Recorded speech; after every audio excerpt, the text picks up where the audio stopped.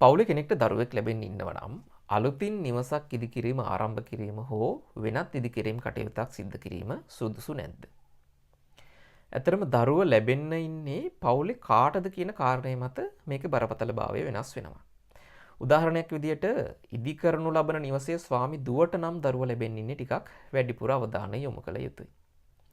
පවුලේ කෙනෙක්ට දරුවෙක් ලැබෙන්න ඉන්නව නම් අලුතින් නිවසක් ඉදිකිරීම ආරම්භ නොකර සිටීම තමයි වඩා සුදුසු වෙන්නේ. මොකද නිවසක් ඉදි කරන පවුලක පරිසරය සහ දරුවෙක්ට නිරෝගී වැඩෙන්න අවශ්‍ය කරන පවුලක පරිසරය හාත්පසින්ම එකිනෙකට වෙනස්. මේක මවගේ මානසික තත්වයට ඍජුවම බලපානවා. මේ කාලෙදී මවට සහ දරුවාට තමයි ප්‍රමුඛ අවධානය යොමු කළ යුත්තේ. කොහොම නමුත් සුළු සුළු ඉදිකිරීම් කටයුතු ආරම්භ කිරීමට මේන් බාධාවක් නැහැ. නමුත් පළමු සති 12 කියන්නේ ඊ타මාත්ම සංවේදී කාල සීමාවක්. මේ කාල සීමාව තුළදී කිසිම ඉදිකිරීම් කටයුත්තක් ආරම්භ නොකර සිටිනවා නම් තමයි වඩා සුදුසු වෙන්නේ.